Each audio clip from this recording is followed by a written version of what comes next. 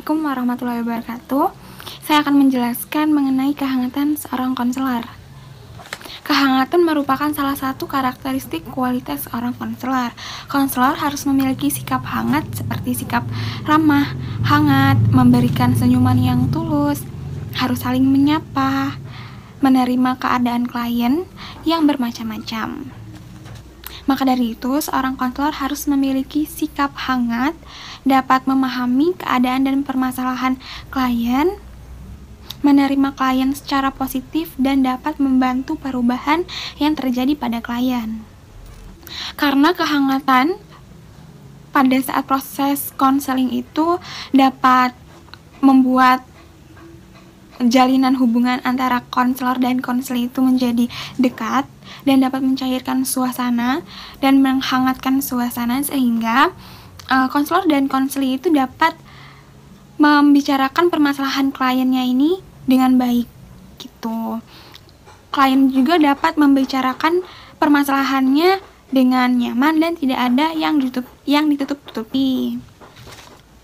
Maka dari itu, kita sebagai calon konselor harus memahami dan menguasai bagaimana sih cara kita menghangatkan suasana, sehingga nantinya kita akan menguasai karakteristik kehangatan tersebut. Waalaikumsalam. Silakan duduk. Ini siapa namanya? Lupa ibu kan? Linda, Bu. Oh, Linda. Linda apa kabarnya? Baik. Assalamualaikum warahmatullahi wabarakatuh. Perkenalkan, nama saya Erlinda Sari, NPM 17130038. Di sini saya akan membawakan materi tentang keterbukaan konselor. Dalam pelaksanaan bimbingan konseling, sangat diperlukan suasana keterbukaan, baik keterbukaan dari konselor maupun keterbukaan dari klien. Keterbukaan ini bukan hanya sekedar bersedia menerima saran-saran dari luar, malah lebih dari itu. Diharapkan dari masing-masing pihak yang bersangkutan bersedia membuka diri untuk kepentingan memecahkan masalah. Individu yang membutuhkan bimbingan diharapkan bisa berbicara sejujur mungkin dan berterus terang tentang dirinya sendiri, sehingga keterbukaan ini, penelaahan serta pengkajian berbagai kekuatan dan kelemahan si pembimbing dapat dilaksanakan. Jadi, klien itu harus terbuka oleh konselor. Jadi, masalah klien akan dapat dipecahkan jika klien terbuka akan masalahnya dan menceritakan semuanya. Tumben-tumbenan nih Linda mau kesini. Kenapa? Ada yang mau diceritain? Gini loh Bu, saya mau minta bantuan Ibu untuk menyelesaikan masalah saya. Emang masalahnya apa? Saya tuh bingung Bu ngatur waktunya antara sekolah sama berjualan. Oh, berjualan. Emang Linda jualan apa sekarang? Jualan bakso Bu. Oh, jualan bakso. Baru buka apa gimana? Ya iya sih, masa-masa pandemi ini. Jadi saya juga bingung Bu, kan ini kan kuliahnya daring tuh. Nah, jadi pas mau masak baksonya ya bingung sama sambil itu kuliah daringnya. Ngerasain sih, ibu kan juga kebetulan jualan juga. Tapi harusnya tuh kayak Linda tuh pintar ngebagi waktunya. Kalau misalnya keteteran ya diatur, misalnya jam segini sampai jam 8 itu waktunya mempersiapin jualan. Terus nanti kan jam 8 sampai mungkin jam 10 waktunya daring gitu. Kalau misalnya Linda keteteran, berarti Linda tuh harus pintar membagi waktunya gitu. Kalau misalnya Linda ngerasa itu berat, kan itu udah jadi konsekuensi Linda udah menentukan pengen jualan sambil belajar. Jadi Linda jangan ngeluh, terus konsisten gitu. Assalamualaikum warahmatullahi wabarakatuh. Perkenalkan, nama saya Eni Putri Utami, NPM 17130010. Baik, di sini saya akan melanjutkan menjelaskan materi tentang kepedulian seorang konselor. Jadi, kepedulian ini sama halnya seperti empati. Empati seorang konselor itu mencerminkan kemampuan seorang konselor dalam memahami cara pandang dan perasaan orang lain. Untuk itu, empati tidak berarti untuk memahami orang lain secara objektif, tetapi sebaliknya berusaha memahami pikiran dan perasaan orang lain. Untuk itu, dengan cara berpikir dan merasakan atau melihat dirinya sendiri. Empati pada dasarnya adalah kemampuan seorang konselor untuk mengerti, memahami, dan ikut melaksanakan apa yang si konseli rasakan.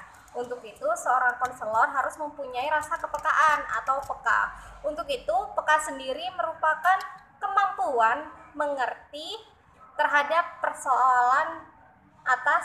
persoalan si konselinya.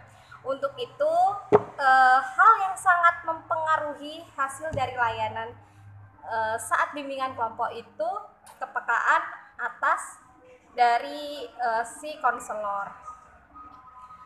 Kepekaan itu mempunyai makna bahwa seorang konselor akan mengetahui dinamika yang timbul dalam diri seorang klien dan seorang konselor sendiri.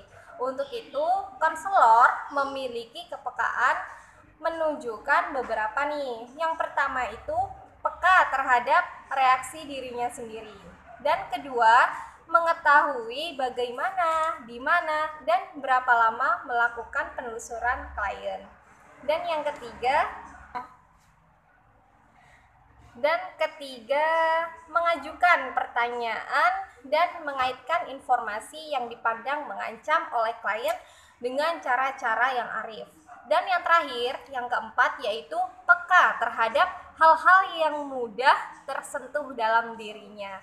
Nah, untuk itu, di sini saya telah selesai menjelaskan tentang materi kepedulian terhadap seorang konselor. Terima kasih. Saya masih bingung Bu, ini gimana mau ninggalin jualan baksonya supaya biar tetap sekolah apa gimana ya Bu? Soalnya kalau saya ninggalin jualan bakso nanti saya tidak dapat penghasilan lagi. Uangnya buat jajan gimana? Ya Linda, ibu ngerti banget sama kondisi Linda.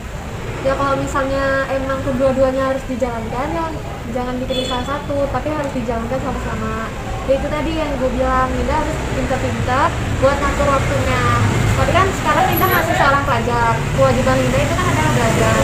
Jadi belajar itu nomor 1, jadi jualannya nomor 2 gitu. Jangan sampai jualannya itu jadi nomor 1, malah belajarnya jadi nomor 2. Jadi kayak tadi itu misalnya Linda keteteran, ya Linda lebih bangun pagi lagi supaya semua itu bisa kehandle sama Linda.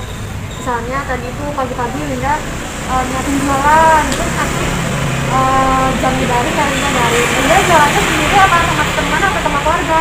Sama teman. Nah sama teman tuh, kalau sama teman ya gantian aja gitu. Jadi kan kayak nanti waktu Linda dari kayak temennya itu menjaga jualannya. Nanti kalau misalnya Linda udah selesai dari ya Linda yang jualan gitu. Iya Bu, jadi saya coba atur waktunya. Terus Bisa berbagi. terus selain atur waktu, Linda harus apa lagi? Saya juga bakalan lebih konsisten Bu sama yang saya pilih, jualan sama sekolahnya. Semangat ya Linda pasti bisa kok. Linda itu udah mandiri, kreatif, jadi Linda harus dua-duanya, maju di belajarnya sama maju di I never made it.